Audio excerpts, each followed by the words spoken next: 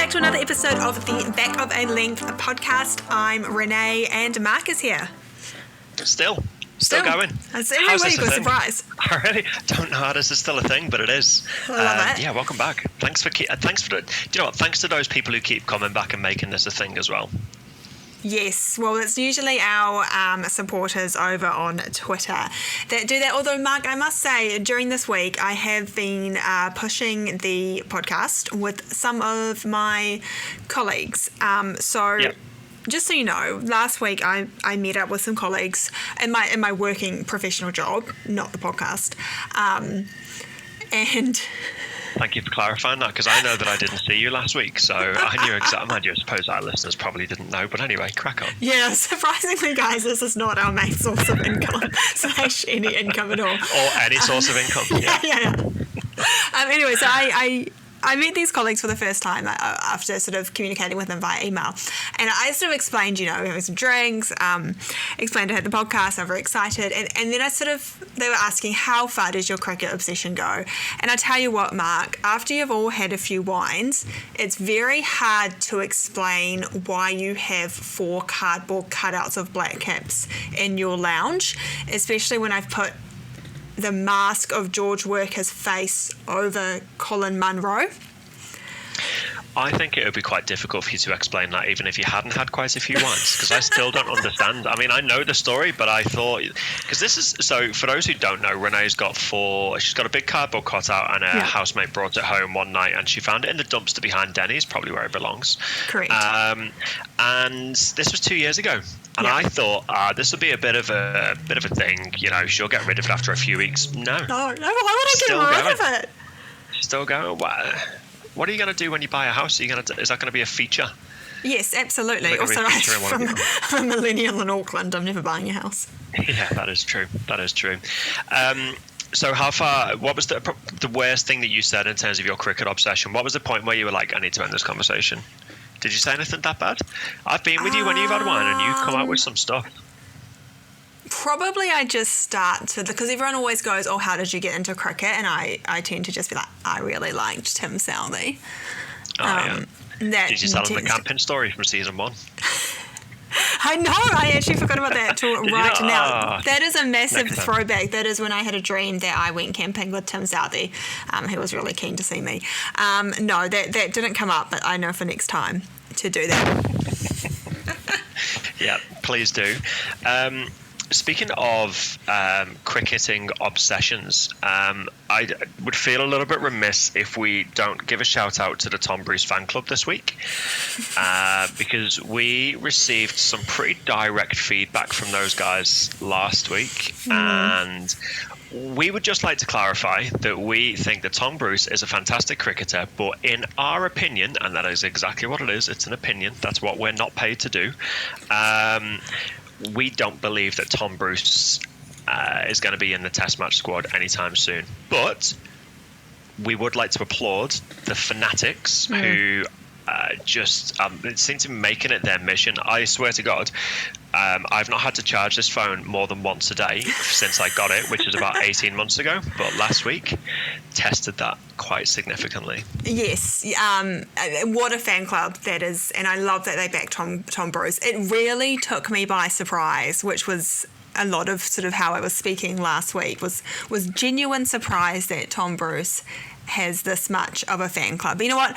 Back your boy. Please get out and support him, even if he won't be in the Black Caps. As we said, if Henry Nicholls is being dropped and Tom Bruce isn't being selected, they are going younger. And, you got to give it to Rachin Ravindra. 240 last week. He's taken 2 wickets in this current test, so we know they're going to keep backing Rachin Ravindra.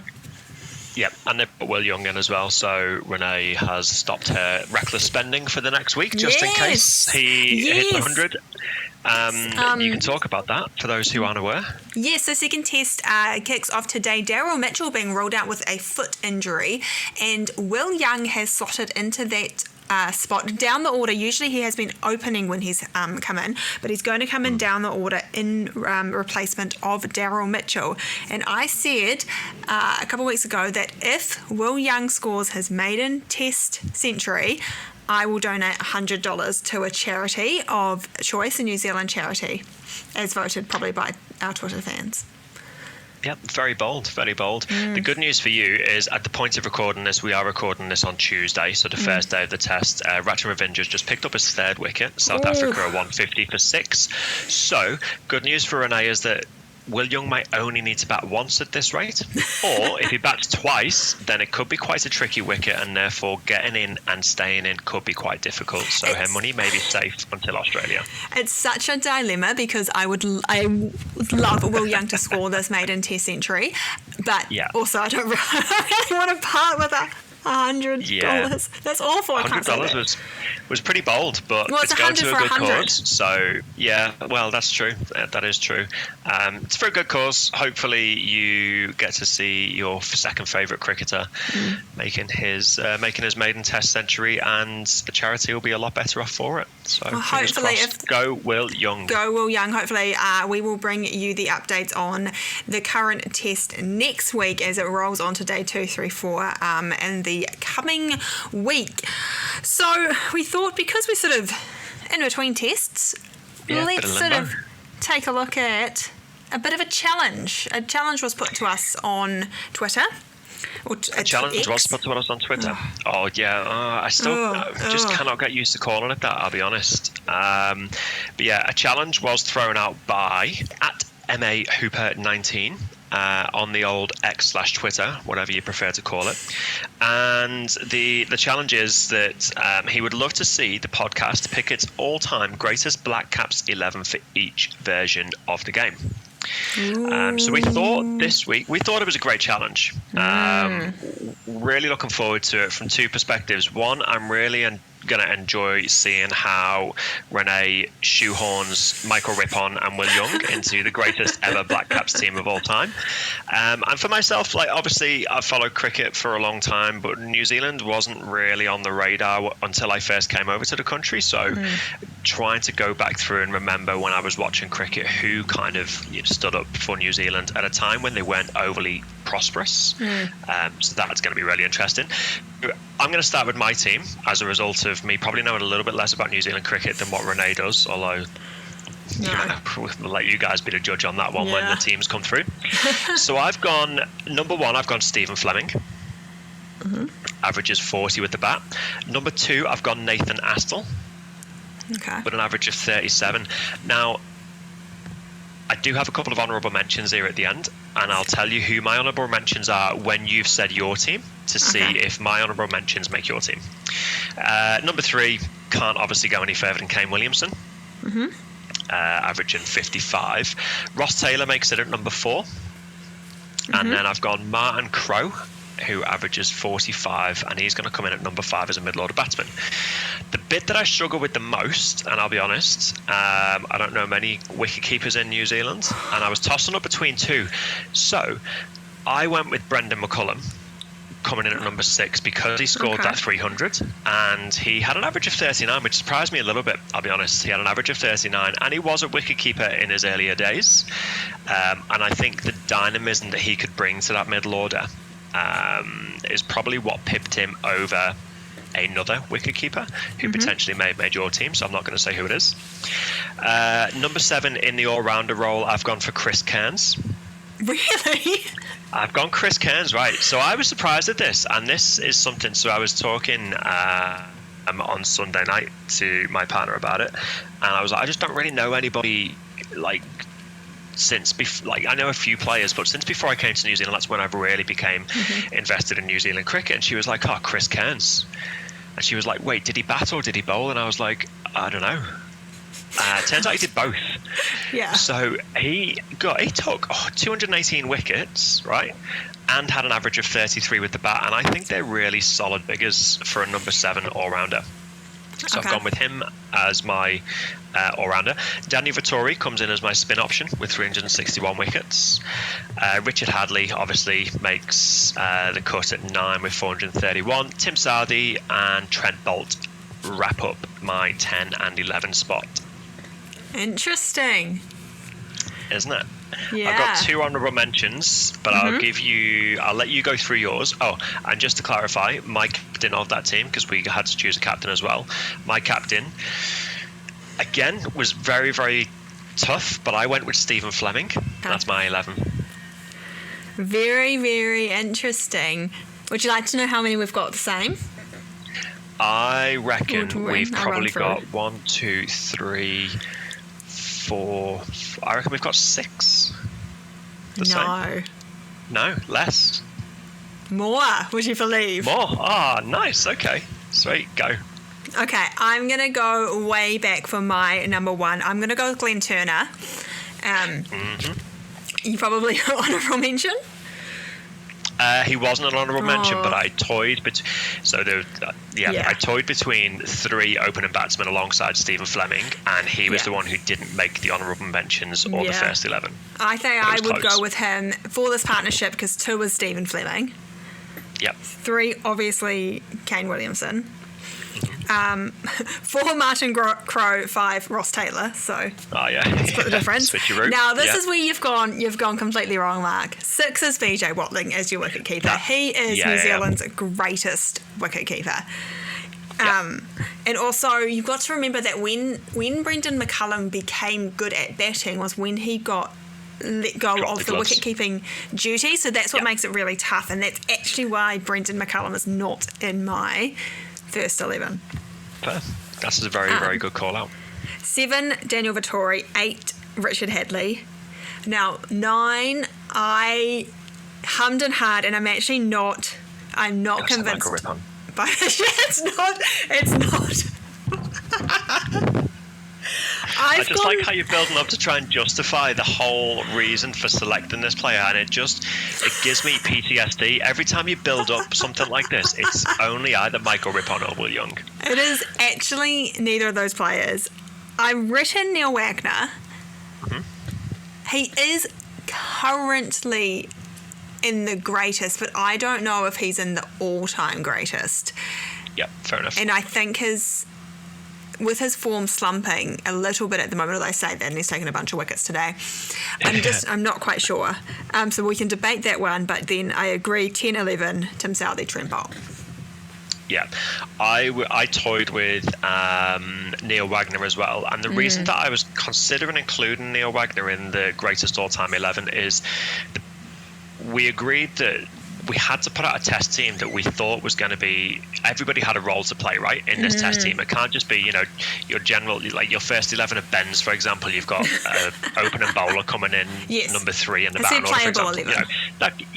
It's a playable 11. And my thoughts behind, and I couldn't decide between Tim Southee or Neil Wagner. Now, I thought that Southee and Hadley were probably very similar bowlers. Neil Wagner is somebody, when it's not quite going to plan and your seamers aren't picking up wickets, he changes it, and he's got that short pitch bowling, or back of a length, as we like to call it. A little shout out for the podcast there. So my thoughts were, potentially Neil Wagner could be somebody who could open a game up with a different variant of bowling that I don't think Hadley, Southee or Boult would offer. I think Neil Wagner also has that grind that none of these other players have, that real deep-seated on-field energy. He goes and he goes and he goes and he goes. And that, I think, has changed this New Zealand Test team in the past 8 years since he's been around. Yeah. Well, he's come to the fore when a lot of pitches have become really flat. So we've seen Test cricket change, I guess, over the last sort of 6 to 7 years. Maybe not over the last couple of years. It's kind of going backwards again. But there was a period there between 2017 and 2021 where batsmen were just scoring runs for fun, and you were getting 600 with playing 500. Neil Wagner would come in and he would be able to pick up a good few wickets. I remember a tour against Australia, we had Steve Smith in all sorts of trouble back in 2019, I think it was, just with that short pitch bowling. So yeah, he didn't make my honourable mention list, but he was definitely a consideration. My honourable mentions were Tom Latham at the top of the order. I know that he's been a little bit out of form recently, but he is somebody that you think of as an opening batsman. He's done a lot of service for New Zealand cricket, and he's scored good runs. And he's not finished. He's not. No, he's still got a long way to go, hopefully. And he was also possibly going to fix a problem for me with the wicketkeeper position as well. Okay. but I decided to go a different way with that. My other honourable mention was for Shane Bond. Now, Yes. Shane Bond was a fantastic bowler, but I looked him up and he only played 18 test matches, and Correct. that I think is because of the amount of injuries that he had. Correct. In those 18 test matches, he was on course to take the same amount of wickets as Tim Southee and Trent Boult, if not more. The reason he didn't make the test team is because he just hasn't played enough. He just didn't play enough test matches to make the overall greatest ever 11. That is completely true. Now, I have to admit, I did take a lot from a book I've just read across the summer. It's called Modern New Zealand Cricket Greats. It's by Dylan Cleaver, and he calls Shane Bond the greatest what-if story in New Zealand cricket. Yeah. So shout Totally out. Do agree. read this book, guys, if you can. I give it 4 out of 5 cricket balls. Why would you not go 5 out of 6 to complete the over? I did not think about that. You didn't think about that one, did you? Honestly. didn't. God damn You it. say you love cricket. Crikey. So now what we need to do, I guess, is come together and make our combined first 11. So I'm happy to make a concession straight away, because I was toying between Brendan McCullum and BJ Watling. And I think from overall value to the team, BJ Watling was still a really good batsman, but a better wicketkeeper than Brendan McCullum. I think so. So I'm happy to swap out Brendan McCullum for BJ Watling.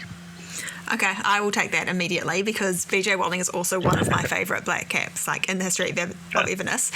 I could concede Neil Wagner, as we've just discussed. Okay. Who are Chris you Cairns. conceding him for? I would concede him for Chris Cairns, because that's the one we disagreed on. I just think that you need somebody in that number 7 slot who can score you runs and take wickets, and that's why I went with Chris Cairns, because his average with the bat was 33 and he picked up 218 wickets. You look at Trent Boult, he's only picked up, it's a lot of wickets, but he picked up 317 and he makes the best ever list of bowlers. So I think if you've got Chris Cairns in taking 218 wickets and averaging 33 with the bat as an all-rounder, that's a phenomenal output. I think so too, and now they're thinking about it, Chris Cairns can bring a little bit of that on-field nastiness that Neil Wagner brings. Yeah. Okay, let's agree on that. Okay, excellent. You guys don't know how amazing this is that we're agreeing, by the way. As you can tell, it's probably quite difficult to get to. It is. But we do get there eventually. We do. So we now have an issue with what New Zealand Test cricket has had an issue with the whole time I've been a supporter. Who on earth do you open with? Who opens the baton? Nathan Astle had an average of 37. Yep. I've written that in. But Glenn Turner was really high up on the list of runs scored in total for New Zealand cricket in test matches. So, bearing in mind Glenn Turner only played about 40 test matches, because it was a little bit before that time of really touring.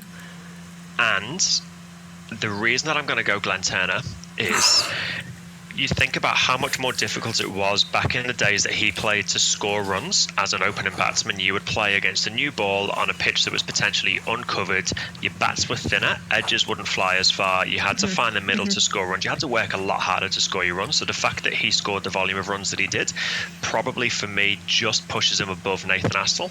Yes. In that opening spot.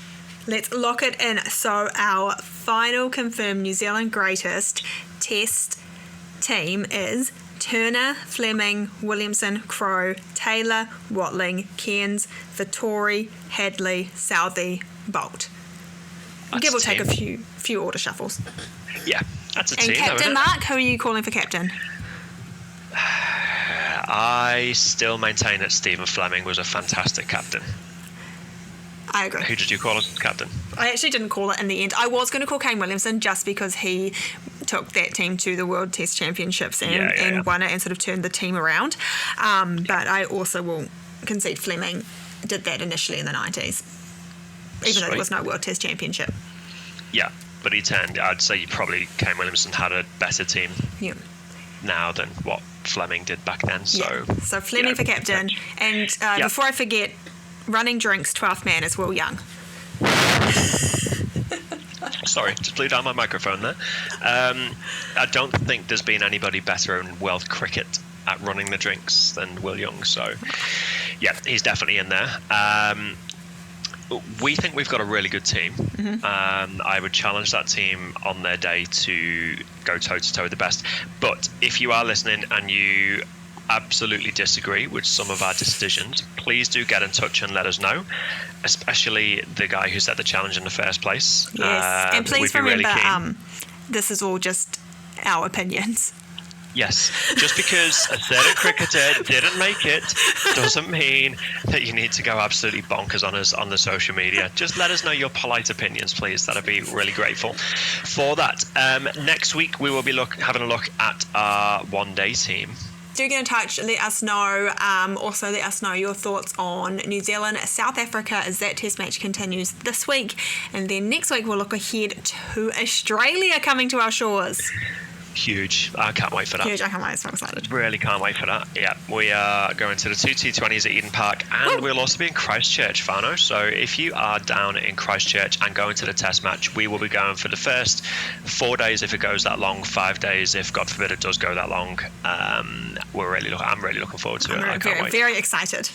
What a way to end the New Zealand summer. Yeah, for sure. Get in touch on the socials, as we say, at Back of a Length with Lil _ on X/Twitter, and at Back of a Length podcast, I think it is, on Facebook. I should probably use that a little bit more. And at Back of a Length on Instagram. Yes, we'd love to hear your thoughts, but until next week, have a wonderful week. Go Will Young. Go Will Young!